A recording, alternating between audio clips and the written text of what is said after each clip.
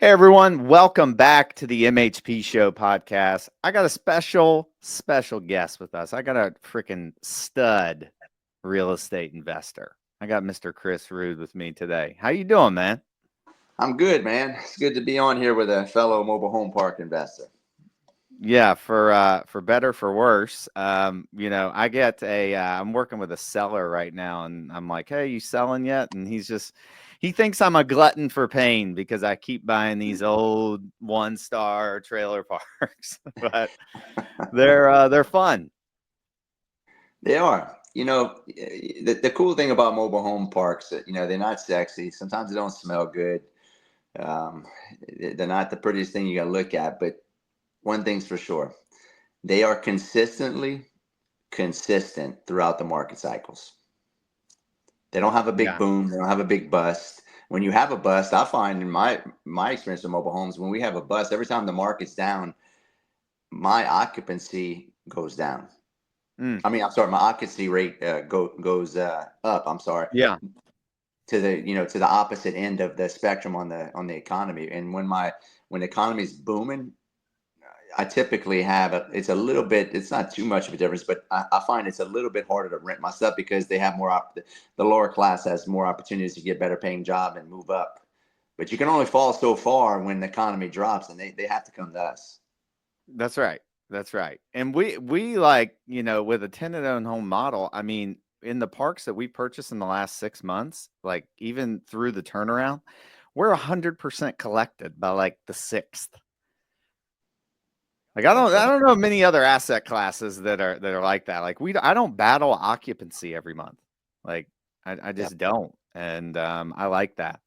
Um, I wanted to ask you. So you mentioned, yeah, mobile home parks aren't sexy, and it's funny. Like even as more popular the asset class is getting, I was at a networking event last night, and I told a multifamily guy what I did, and he's like, "Oh, like you deal with like," he was trying to say you deal with like low level people in a nice way, and he was just really disgusted about it. To be honest with you, why do you think people still have that stigma?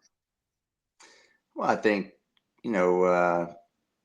TV and I think a lot of politicians too have you know talked down about the mobile home park communities too, not just because they think it's a sore thumb to society and cities, but really because there's no money in it for them. And when I say no money, there's no property taxes, right? Right. So they want apartments, and they look down upon all the mobile home park communities. And I think there's a stigma of trailer park trash, right? I mean, shit, I was born in a mobile home, um, lived in a mobile home. My first home was a mobile home when I got my girlfriend, pregnant wife, now Patty. We lived in a mobile home for first 4 years. Shit, I still have some mobile homes for Airbnbs on the water. The Rood Ranch, I call it. My ranch over in the water, I own 70 acres. I'll put a mobile home. I feel comfortable in a mobile home. Mm, So and it's funny because a lot of people look down on it now, but look at what asset class is still standing after all the shit show we went through the past 2 years with interest rates. We're the last vestiges of affordable housing, yeah. and I think everybody was an apartment snob for the past 10 years, and look where apartments are right now. You Yeah. can't give them away. They got over propagandized, over fluffed, over sensationalized to the point that people were buying them, you know, at such ridiculous prices that they were excited to make $50 to $75 a door, like they were some kind of big shot, like that's something to be proud of because they own a brick and mortar, building, and that made them better than the mobile home park operator and owner. And look at them now. And look, listen, I have no problem selling my mobile home parks right now. I bought 19 parks in the past 8 years. I've been slowly starting to sell off some to take some chips off the table. We sold 5 parks in the past 6 months, no problems. I'm Mm, talking, full asking price. We made a couple $1 million in the past 6 months just selling off 4 or 5 parks, and I'm actually going to sell off another 4 or 5. We're recycling money that we bought them, stabilize them, fix them up, and wanted to take over, you know, take some chips off the table. yeah. And I watch all these apartment guys that are trying to sell, and they can't give them away because they overpaid, Yeah.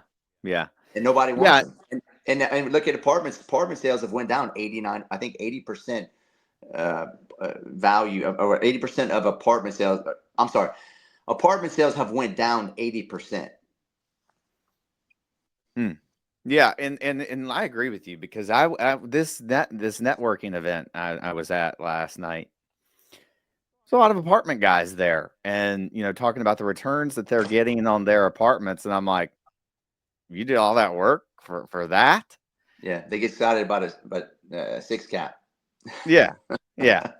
Like, my thing, I know I like something that you say, like if you can't steal it, I'm not buying it, That's right? right. And I sort of have that same viewpoint is like my thing is if I have to think about the fucking deal on the pro forma for like 10 minutes, then it's probably not a good deal. Like most of the deals, I'm like, that's a great deal. That's a great deal. Let's roll.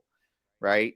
And you get that. And my thing, if I have to jack around with the pro forma for very long, then it's probably I shouldn't buy it. Like, That's right. Well, and it's like everything has to go right for them to even get that six cap. And we know when you own real estate and you're a landlord and investor, nothing ever goes right. You have to have a huge margin of error. I mean, mm, I bought parks at a 15 cap, 16 cap back in 2018, 19, and 20, and they were monster deals. And they, like I said, they weren't sexy. But what did that do? That gave me a margin of error, a mm, huge margin of error where something went wrong. Okay, I went from a 16 cap to a 10 cap, where these guys bought at a six cap, and now it's just, well, I say that as the cap rate goes down, the values go up, but they didn't factor in that insurance was going to double and triple, property taxes went up, interest rates doubled, and then nobody wants to talk about the cost of materials mm. doubled, the cost of labor doubled. Everybody talks about, well, interest rates doubled, insurance doubled and tripled, and property taxes went up. But you fail to forget, it ain't just those three things. There were five factors. Insurance doubled and tripled, especially here in the South.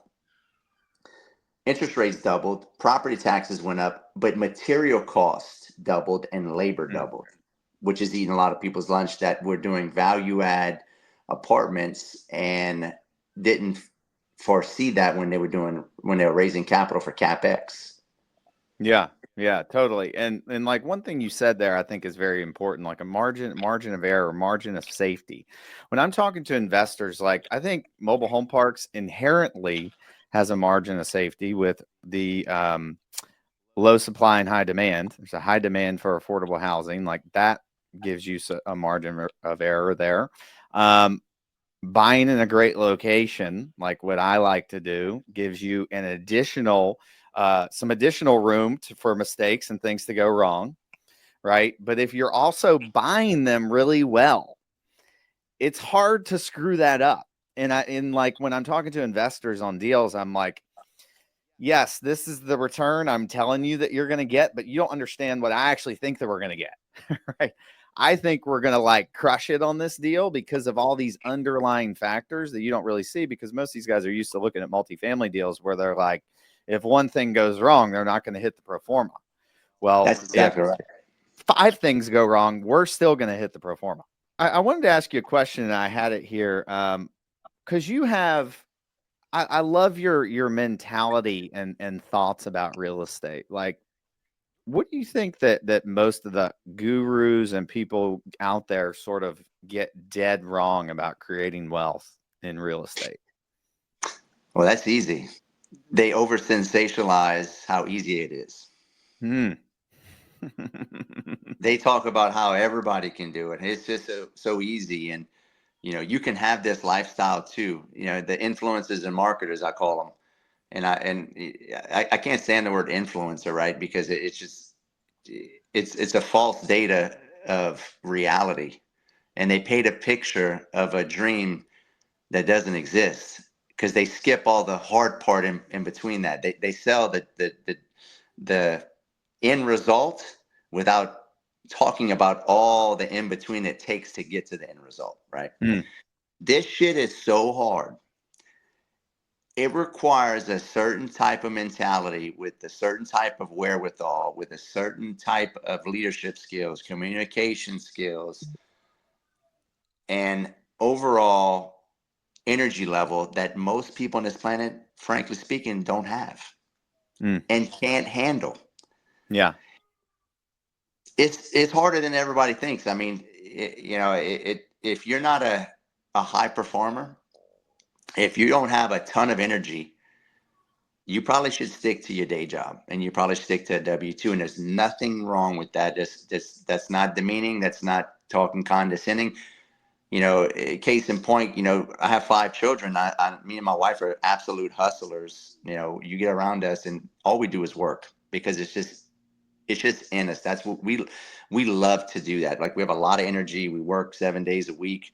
Not that we don't play, but we mix a lot of play with work. But we thought because our kids were around that they would want to follow in our footsteps, and that because they come from our body, that they would want to do that. And listen, your kids are probably not going to want to do what you do.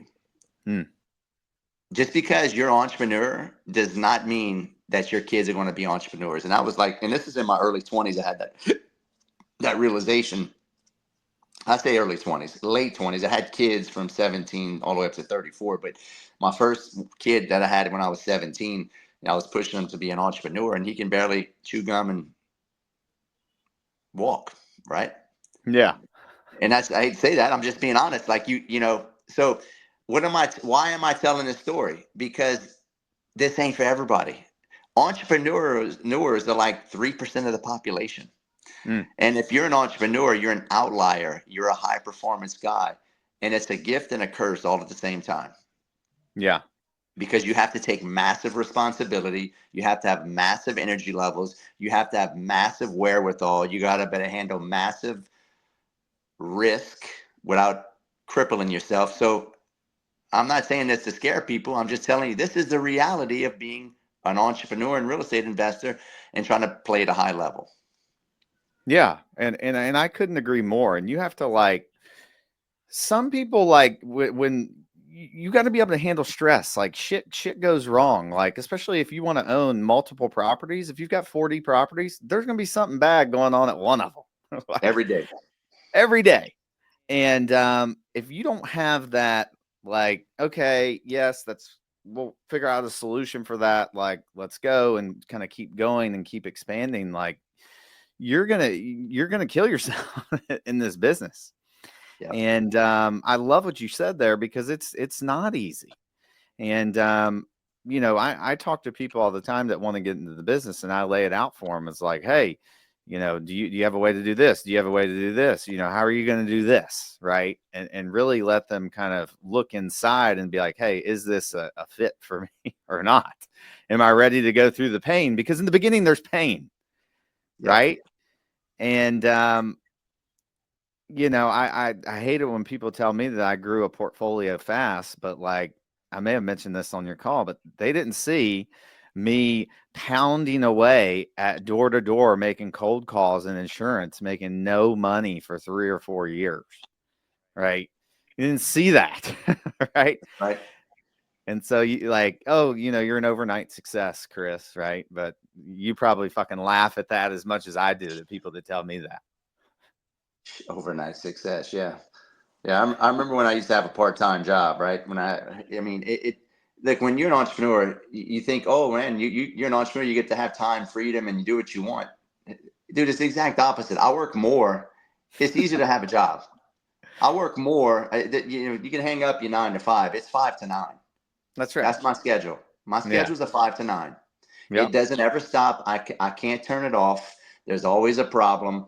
And I'm not complaining, by the way. I'm actually bragging because I enjoy that. So this is not this once again, this ain't for everybody. Because I used to think that, once again, my kids would be like me and they would enjoy that. Most people can't handle the pressure and stress, Mm. because you have to love this shit. You have to fall in love with the process. You got to love the problems. And that's really what entrepreneurs are. They are specialists at problem solving. Yeah. That's really Yeah. all I do all day is I problem solve. And I don't want to scare people away to doing it. It's just I think a lot of that's why the fail rate's 90%, Mm. because a lot of people are sold the bill of goods, especially now with the age of social media. There are so many bullshit artists on social media selling hopes and dreams that just that are not reality, because they fail to add in all the barriers that are involved to get to those dreams. You will have massive, massive barriers to get to your dreams of financial freedom. Mm. Yeah, that's good stuff. And I think, one of the things that I learned getting into entrepreneurship and like the insurance business, particularly in the beginning, like I thought I knew how to work hard before that, right? I actually didn't even know the definition of working hard, right? Because I just went in and sat at a desk and like, oh, I was there for 8 hours. The body was there for 8 hours, but like I wasn't actually doing something. Like it wasn't until my income was driven by my ability to pick up the phone and how many times I could do that. Not even how good I was at it, just how many times I could do it. And Right. I learned what actual hard work was at that point. Yeah. It's consistency. Really, entrepreneurs are just successful entrepreneurs. They're not really smarter. They're really consistently consistent over a duration of time where people just can't stay consistent. Consistency is a superpower.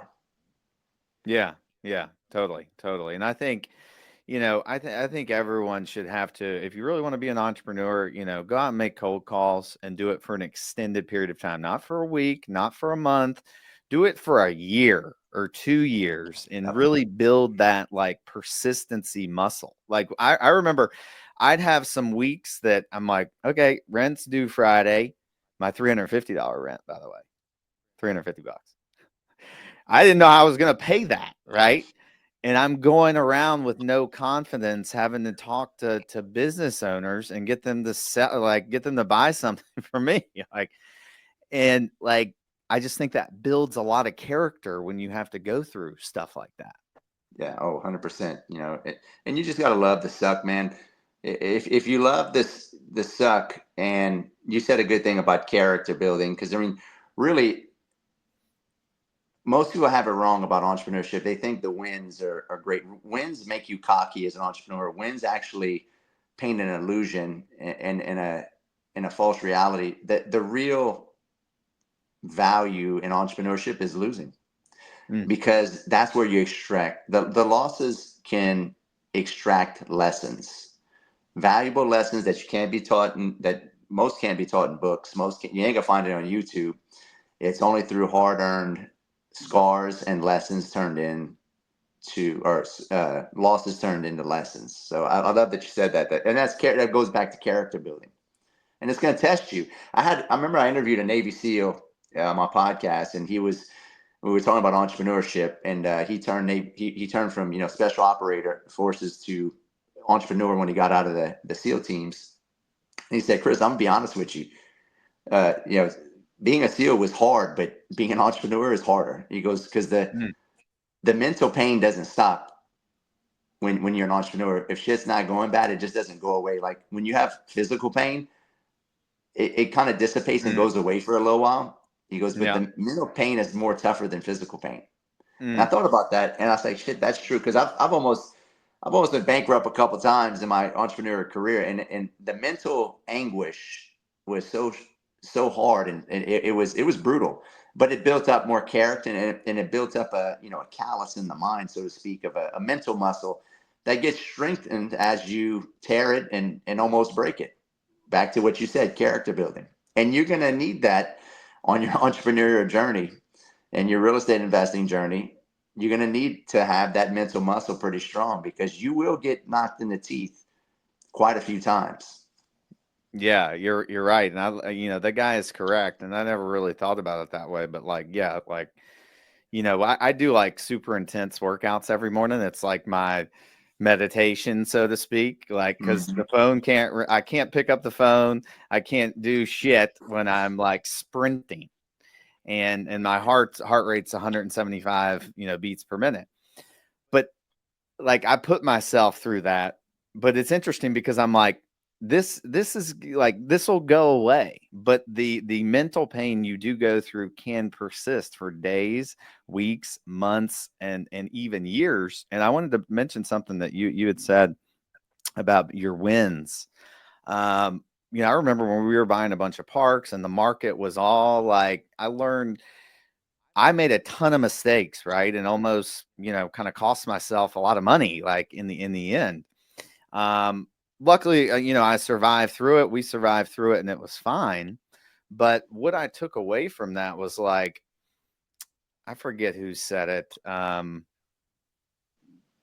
Someone said that like success is a lousy teacher. It makes smart people think that they can't lose. Yep. And so what I felt in the market in 2021, we talked about these apartment syndicators and things like everyone felt like they couldn't lose. Like even me, I'm like, oh, rents are just going to keep going up. Interest rates are going to keep coming down. We can buy shit at a 3.5 cap. We never did that. But like, we started to look at deals like that where we're just like, yeah, it's just going to be never ending going up. And I learned a lot there that like, hey, whenever that sentiment and even you are getting a little too arrogant or a little too cocky, like that's when you need to look because you probably have a blind spot that could come and kick you in Yeah. the teeth. Well, what I could tell you, what I've learned too, is everything, and what somebody told me this when I was younger, everything comes in seasons and cycles, just like the weather, just like winter, spring, summer, fall. So too is business, right? So when things are really, really good, you should probably pinch yourself and say, hey, whoa, hold up, buddy. Things are really, really good right now. Yeah. You should probably prepare for things to get really bad. And the same is true for the opposite. When things are really, really bad and you're about ready to quit, you should pinch yourself and say, oh, hold up, it's not time to quit. It's probably going to start getting good again. Because for every boom, there's a bust, and every bust, there's a boom. And it's just cycles. And when you understand that, you can think a little bit more logically about what's going on and understand things better. Because when I was 20, when I first started my business, when I was 22, I had a bunch of mechanic shops. I crushed it, and I got into business at the right time. I thought, man, this is business. It's always good. I didn't realize you had a slow time. Like I didn't realize in my early 20s that things slow down and the economy doesn't spend as much money because I had never experienced a slow time. So you have to know when things are really good. You better tell yourself, hey, things are probably going to get bad soon. I probably need to prepare for that. And things are really, really bad. Just say, hey, man, things are going to get good again. Yeah. Yeah. I think that's super, super important because you can get in and, I got my teeth kicked in. I'm sure you've gotten your teeth kicked in. And you just got to learn and move on. Yeah. You, you sorry, But go ahead. I think we've been talking about a lot of negativity. We started off with that, and I like that because I'm a naturally negative, pessimistic person from an entrepreneur standpoint. Not in real life. You meet me, I'm always positive about everything else, but from business, I'll always go worst case scenario. What's everything? I try to predict and forecast, and that's one of your biggest, attributes and skills as an entrepreneur is prediction, right? So I always Yeah. try to, if I like to predict everything bad that can happen and talk about it. That way, if it does happen, I've already been there in my mind. Mm, So it's not a surprise. mm, So that's why I start off a lot of podcasts when let's talk about all the hard shit first. Okay, now yeah. we've got the first 30 minutes, we talked about how hard shit is. Let's talk about the good points right here now. I wouldn't trade any of this for any other job or any occupation. Being a real estate investor is the best thing I've ever done in my entire life. You're not Mm, going to be able to substitute the amount of time, freedom, money, wealth building at a faster pace than real estate investing. It's tried and true. So I don't want to sit here and scare you guys. You're going to go through that barrier and get pulled through the mud, but you're also going to come into a bed of roses that you wake up sometimes and be like, man, I'm so grateful. I love my life. I'm happy I put myself through all this misery. It was worth every penny. So I just want to talk to that too, because there's so much freedom because you can't just measure money, right? I know a lot of business owners that are grinding out 7 days a week and they make a lot of money, but they don't have a lot of freedom. There's got to be a balance of freedom, time, and money. mm. And real estate investing gives you that perfect balance. Are you going to probably become a billionaire with real estate investing? Most likely not. probably ain't going to become a billionaire even with business. You have a better chance of getting struck by lightning twice on the same day. However, you don't have to be a billionaire. You can be worth tens of millions of dollars, and that's okay. You can be worth hundreds of millions of dollars, and that's okay. It's the quality of the life, right? That's what you're looking for, is quality of life. That is the single most important thing to me as I get older, and I'm 44 now, and I used to think that I'm just gonna, I want to work 7 days a week, which I still work 7 days a week, but I work on my terms, and I don't have a boss. I'm very self-determined on that. If I want to go work on a Sunday, I can, but if I don't want to work on a Tuesday, some days I don't have to do shit. I make my Yeah. own schedule.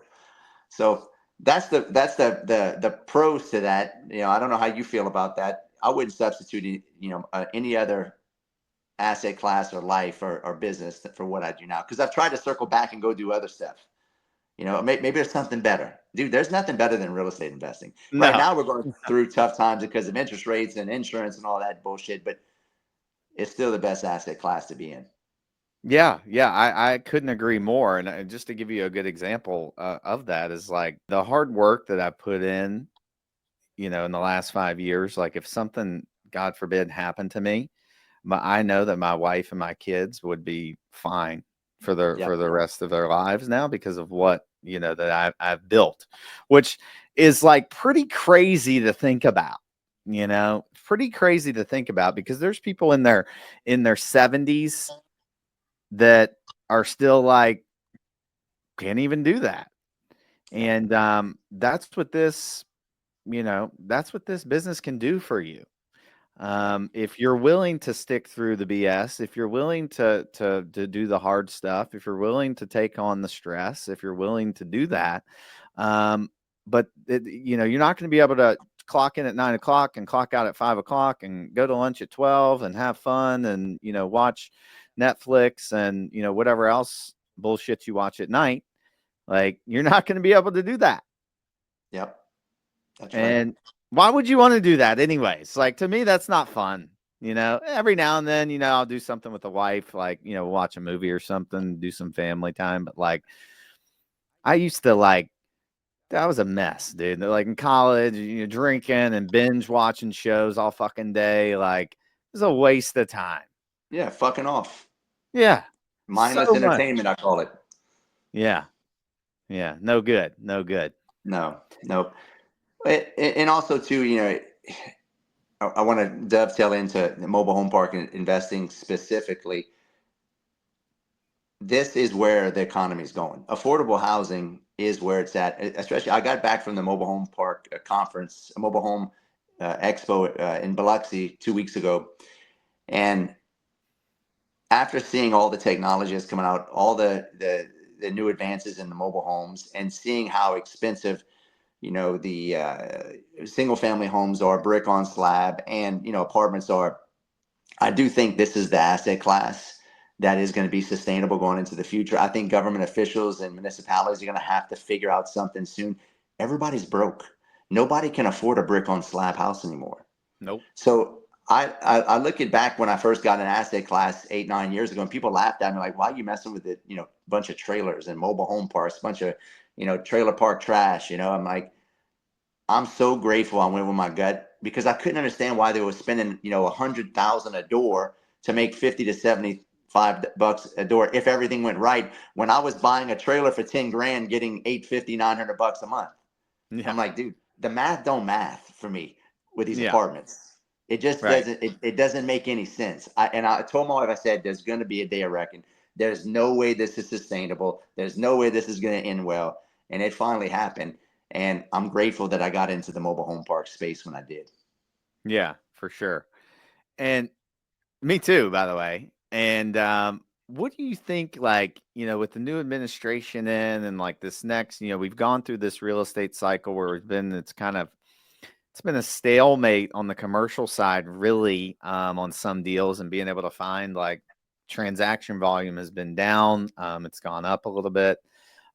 Where do you see this cycle going? I mean, and I think it's pretty clear that what you just said is like affordable housing, like people don't have any money, right? and so it's going to be good. But what do you That's think's not going to my happen? opinion, by the way, Derek. That's the statistical data that shows. Like Yeah. America is broke. We're living off of credit cards. They're in massive debt. This is the data. This isn't my opinion. So, and nobody can afford a single family home nowhere. That's why days on market are getting higher and higher. And so it just makes logical sense that the next progression is going to be that if they want to fix the housing problem, they're going to have to start letting people build more affordable housing, more mobile home parks, more mobile home park communities that they're allowing this, because you can't build any brand new mobile home parks inside the city limits because not because of they try to say it's a blemish on the city or they don't want it to look bad. It's because it boils down to money. They want property taxes. And them pushing apartments and brick on slab houses has actually screwed a lot of the municipalities because now there's nowhere to live that's affordable and they can't build any mobile home parks because they want the property tax money.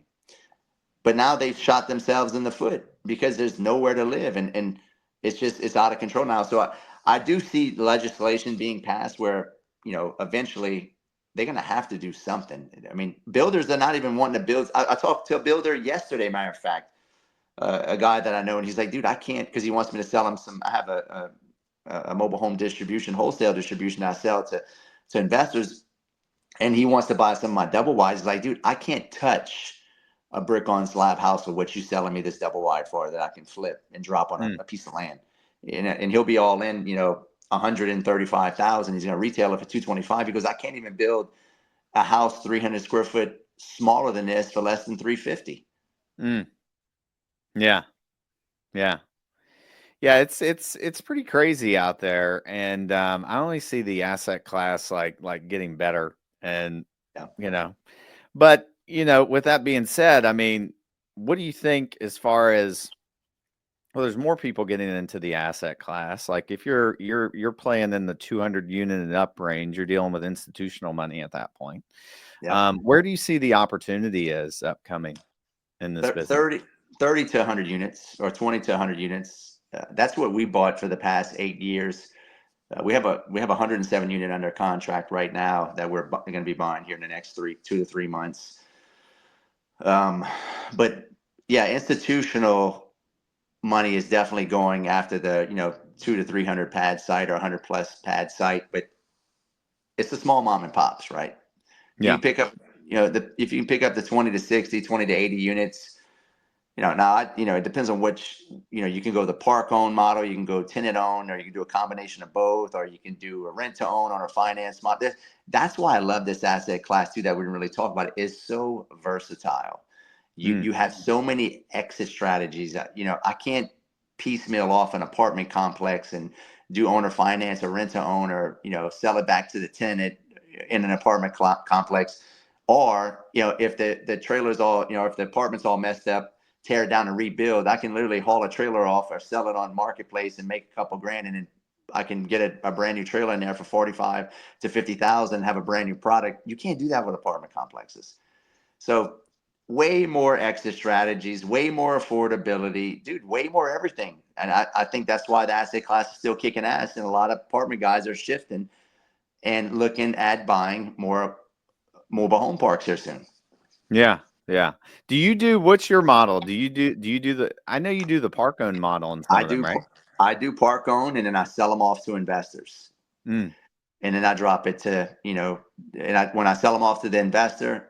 So I do what I would call a hybrid of I start off with park own because that's where the opportunity is at. You can buy those. It's still a steal of a deal because nobody wants to own the trailers. And I feel like that's where the opportunity is, where the problem and the barrier that you have to confront, you got to, rehab them all. It is, a lot more cumbersome and a lot more moving parts, but you can get steal of a deals. And that's what I've done. I bought all park owned, went in there, rehabbed everything, sold off to investors, and then dropped the park to lot rent. But I took the money that I made from the trailers and I paid down my mortgage and then dropped to lot rent. And then once it's stabilized right there, we usually exit. mm. So how much does it cost you to rehab a trailer? Depending, I mean, if we're gonna do a full gut, like I'm talking everything to the Yeah, like studs, a dog shit trail, like one that you got to completely redo. How much is it costing you? 20 grand. Yeah, that's probably about Now, right. but most of them, we're not doing that. Most of them are, I'd say, 10 to 15 grand rehabs. Yeah. But there are At some what that are best. Most of the trailers we're rehabbing are 10 to 15 grand rehabs. There's very few that we have to do to the studs. I have one I have to do right now. One of my parts made me think about it, but I hadn't done one to the studs in a year. I might do maybe one or two of those a year. Yeah. And then how much are you selling them for? Typically, an 80s, 90s, early 2000 model, anywhere from 20 to 25. Yeah. And then, it's something that's maybe 2005 to say 2015, 28 to 33. And then a little bit newer than that, call it, a 20, maybe a 2015 all the way up to 2020 model, 35. Mm, yeah. And when do you like, when do you say, like, okay, this one's not worth rehabbing? Like, we're going to Yeah. rip this one out. Because I hate ripping trailers out, by the way. And I'll talk about Yeah. that, but I want to get your answer. When, like, you'll have like mentally ill people that are hoarders, and it's just so nasty that there's cats and dogs that shit all over the house, and they lived in that for like years, We and there's just like had an that. inch. Oh yeah, I've had them that bad. And they just they're hoarders, and they leave trash, and there's just like so many roaches and stuff. It's just a point where it's just so disgusting. I don't want my team in there. And it's an 80s model, and I can just, because I can rip it out of there and go get a used trailer for 10 grand and be into the same cost of rehab and gutting it. I might spend a little bit more, but not much more. But I'm not putting my team through that disgusting filth of an experience of the rehab, because it smells so bad, right? I mean, you can't even, because sometimes you can't even get the smell out of the wood, even though you gut it to the studs. It's like the smell is still there. It soaks into the Yeah. wood. Yeah, yeah. We have a guy that's helping us sell some homes at a park, and one lady moved out, and she left like 8 cats in there. There was cat shit on the floor, like roaches. Like, Yeah. it's pretty bad, right? And we'll see what happens with that one. I mean, typically our business model is to like sell those off for next to nothing, have someone else come and fix them up. But we're in markets where there's a lot of people that can do that. Like, this park is in Orlando. It has an Orlando address. So there's more people that'll come in and flip and rehab and things. And so I don't like pulling out trailers if I don't have to. Yeah. I'm like, I'll find somebody to fix this damn thing up. Yeah. Well, if you're going to do the park owned model like I do, you just have to understand that there's a life cycle to these trailers, and you need to understand that they're going to be, if you're going to do the park owned model for rent to in hold for a long period of time, one, you want to do newer, nicer trailers, and two, you need to check on them every single month or at least every other month to keep an inspection on them. And three, you have to know where they're at in the life cycle. Once they are starting to deteriorate, you either want to do one of two things. You want to sell the trailers before they need to be rehabbed to an investor, or two, sell it back to the tenant to where you don't have that maintenance, right? And you create an opportunity for them to have their own home, and then they'll take better care of it. So we usually, we make them great again. And I always have the hat. Well, I don't have the hat, but I have it up there. Make trailer parks great again. We make them great again, and then we try to sell them at that point. I don't look at parks as I don't hold them long term. I look at them as giant flips, to be honest with you. I like to hold short term vacation rentals long term because they don't get messed up, and the quality of the real estate is real good. Especially waterfront property. We own a lot of waterfront properties on the beach Hmm. and high end short term vacation destinations, because they just, one, it's a better quality tenant. Two, we get our money up front. Three, the asset doesn't get all beat up because it gets cleaned every week. Yeah. So even though we sell off the trailers to the investors or the tenant long term, I don't want to give that asset class to my kids in 20, 30 years. I just don't. Because, I mean, even if the tenant owns the trailer, it's still a mobile home. And in 10, 20, 30 years, it's still going to look like dog shit.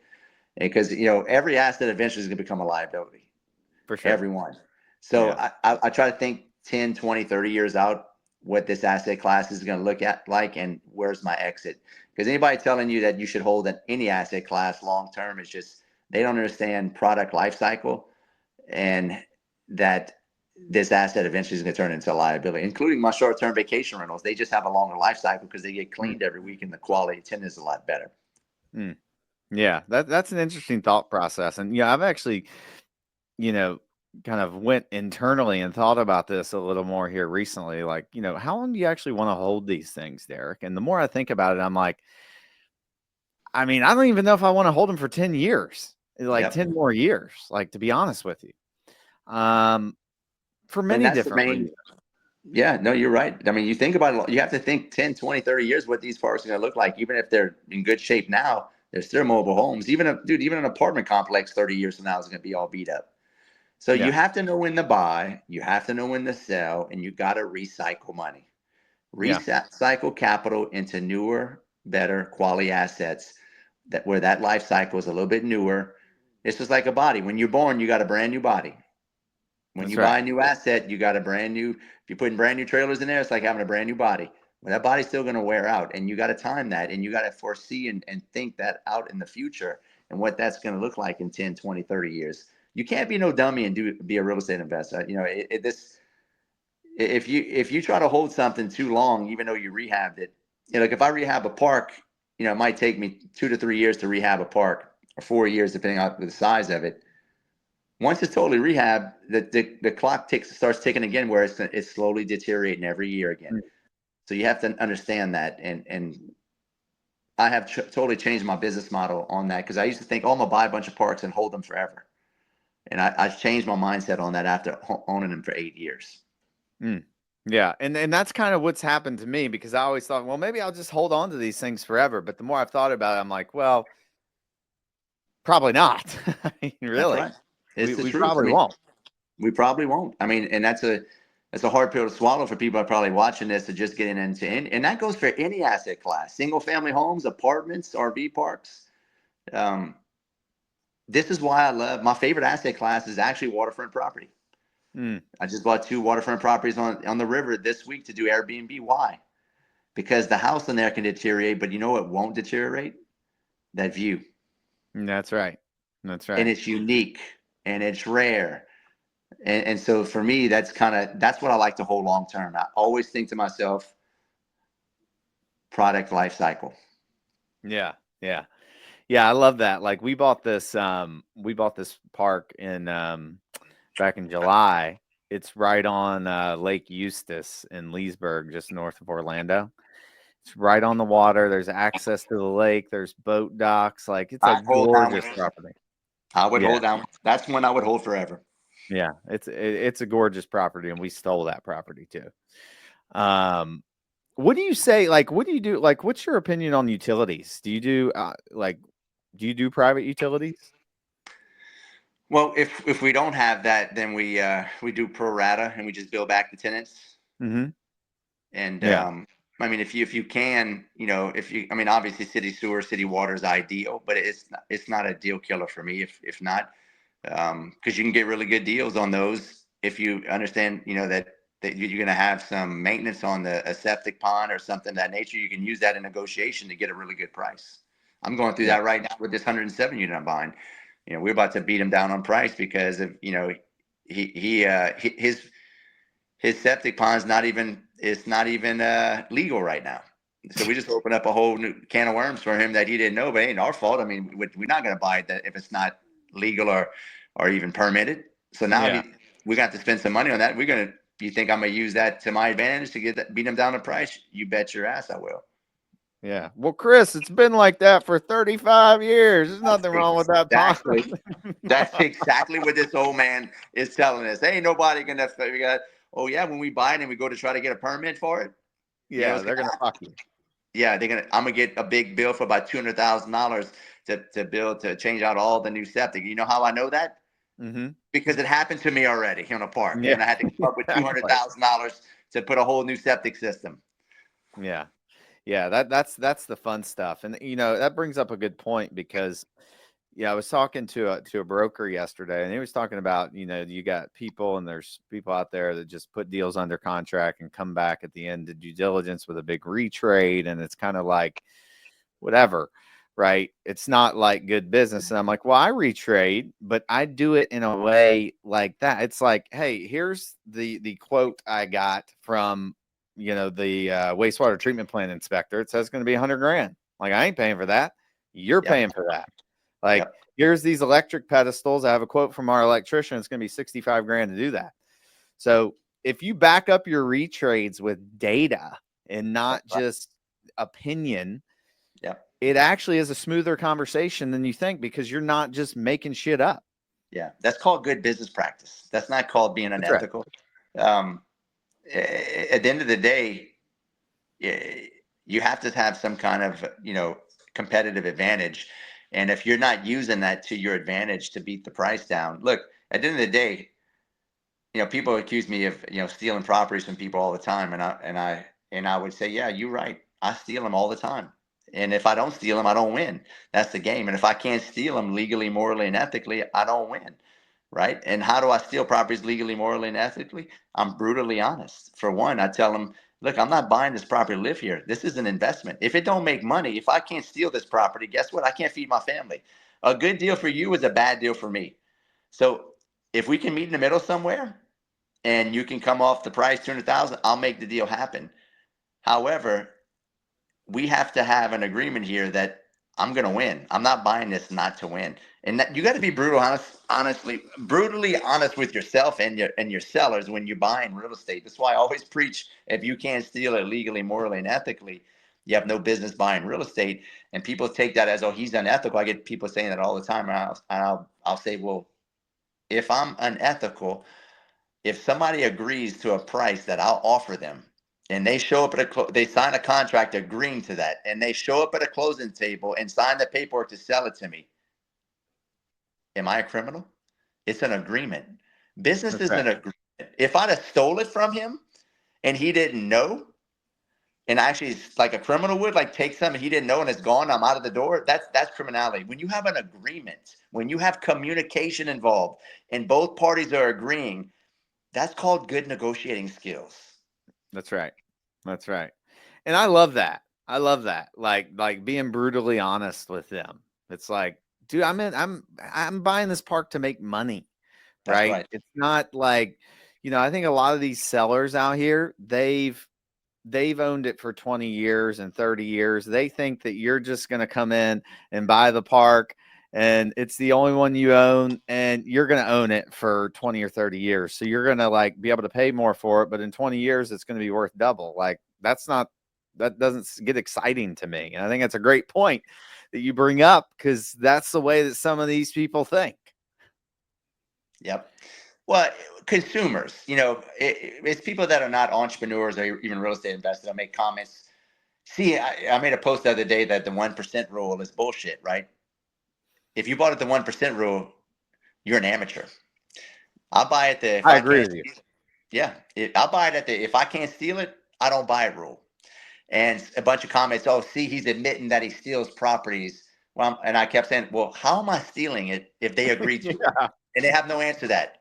Stealing is when there's no communication, and I took whatever product or whatever it was, jewelry or money, and I ran off. You don't know where I'm at or what I'm doing. I communicated to you that I wanted to buy it at this price for this reason. You agreed to it. If you agree to it, that is called a good business deal. That's right. That's right. Yeah, and I agree with you. The 1% rule is like, if you do the numbers on the 1% rule, like it don't work. The Like, math don't math. yeah, it doesn't work. And That's if everybody pays on time, nothing breaks, and there's no natural disasters, and everything's hunky dory.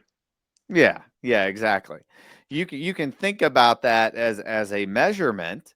If the lot rent's $500 and it's 50,000 a pad, like if you're not in a market where you can get 8 or 900, like, the math don't math on that, especially at 7% interest rates or 8% interest rates. So we just got a quote on a deal, by the way. It's 6.65%.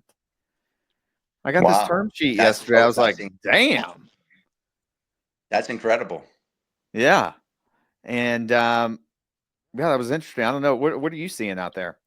I just did a deal on a short-term vacation rental. I inked it at 7%. That's the best I've seen so far. Yeah. Yeah. Yeah. I got this term sheet somewhere. I'm like, fuck, like that's pretty interesting.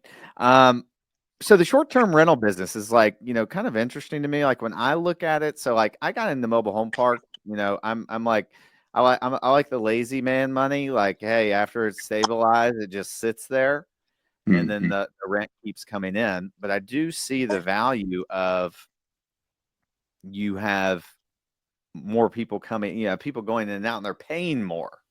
Like, why do you love that business? Because I can tell you like that business. There's a few different reasons. One, quality of life. I would call that a lifestyle asset also. We're in Mm. one of our, if you follow me on Instagram and Facebook, dude, I live a pretty badass life. And that's not me bragging. I'm just being honest with you. I vacation once or twice a month, but I'm still working. We mix life, pleasure, and business all together like a gumbo, right? I'm from South Louisiana. We eat a lot of gumbo. If you're from the South, you understand what I'm talking. If you haven't eaten gumbo, you should try it, especially from Mama Rood. We vacation and work all at the same time via a rental property. Do you think I want to go hang out in my mobile home parks? No. So I can, it has, this is why I love short-term vacation rentals too, because they're very versatile too. If you already vacation, which most of America does, that has a little bit of money, or even if you're middle class, you vacation, you're spending 5-10 grand on a vacation every year. Why wouldn't you own your own vacation house? They're great stores of value. Everything I've ever bought is doubled and tripled in value. That's close to the water. It's just like mobile home parks. It's rare. There's Mm. limited supply of waterfront property, just like there's limited supply of mobile home parks. That's why they keep going up, even though other asset classes are going down, like apartments. They're very similar to mobile home parks in its rarity and scarcity and limited supply. But I can use it for vacations. One, first and foremost. Two, it keeps going up because of the limited supply. And three, you can't put a price on memories with your family and kids. Mm. Mm. I get pictures, I've got hundreds of pictures. I mean, we've been owning short-term vacation rentals since 2014. That's when I bought my first one on the beach, and we never stopped buying them since. I just bought one in Broken Bow, Oklahoma. A $2 million asset in the middle of the mountains. One of the nicest cabins in all of Broken Bow. It's waterfront. It's got 3 beautiful creeks running through the whole property. That's rare and unique. There's only like 15, 20 cabins in all of Broken Bow with actually about 30 that have waterfront creek property. And we don't have one creek, we got 3. So do you think that's going to go up in value? Do you think people are going to want to vacation there? Absolutely. Yeah. So that's the reason I like. And to what I had said earlier, to the point of I get my money up front. It gets cleaned every week. It gets monitored, and it's a higher quality tenant. Mm. Mm. Yeah, that's interesting. That's interesting. I love that viewpoint that you have on that. Maybe And I'm gonna go buy a freaking short-term rental, dude. I there's a like that. difference here. There's short-term rentals and there's short-term luxury rental vacations. So just understand the difference between two. The two. Yeah, an Airbnb is just a regular Airbnb that you can get in a city. I do have some of those. I've got 3 or 4 of those, but I like luxury short-term vacation rentals. Mm. Not just Airbnb. There's a difference. This is luxury short-term vacation rentals that people want to go on vacation at with a beautiful view that's unique with waterfront. Dude, that's limited supply. That's true. That's true. Well, Chris, dude, it's been awesome, man. Like, do you have anything else you want to leave our audience with before we get out of here, and then let people know how they can find you? Yeah. Hopefully you're going to come out to one of my masterminds next couple months and come I'm speak on coming one. in June. I'm coming That's in right. June, dude. Yeah. That's right. Yep. So I'd like to promote that. If you want to come out to the Allies Mastermind, Derek's going to be speaking at the next one. It'll be probably in June somewhere in Texas. I haven't announced it yet. We just got off of one a couple of weeks ago at my cabin in Broken Bow. So if you want to come out to Allies Mastermind, where there's a no bullshit approach to investing from real operators that are in the business, no Instagram stars, no influencers, real people, real operators doing real business.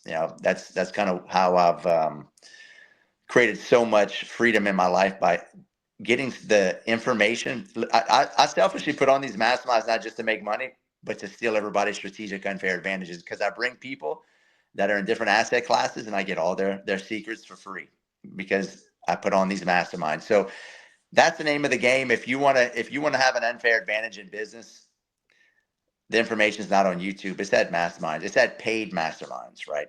Where there's a barrier to entry. So I would say reach out to me if you're interested in coming to an Allies mastermind, or if you're interested in wholesaling. I teach wholesaling, flipping, mobile home parks, short-term vacation rentals, land development. I do a lot of different assets. I talk about fast, medium, and slow money all the time on my social media, and that's kind of how my philosophy on investing, which we didn't really get much into. But if you're interested in that, just book a call. Go to chrisrood.com or alliesmastermind.com. You can follow me on Instagram at Real Estate Rood or Chris Rood Entrepreneur on Facebook. And yeah, that's about all I got, Derek. Awesome. Well, thanks, Chris. Yeah, we'll have to have you on again because there's a lot more that we can unpack. Let's do it. Yeah, we'll for sure do it. But yeah, so thanks guys for checking in and tuning in to the MHP show. We will see you all next week. Peace.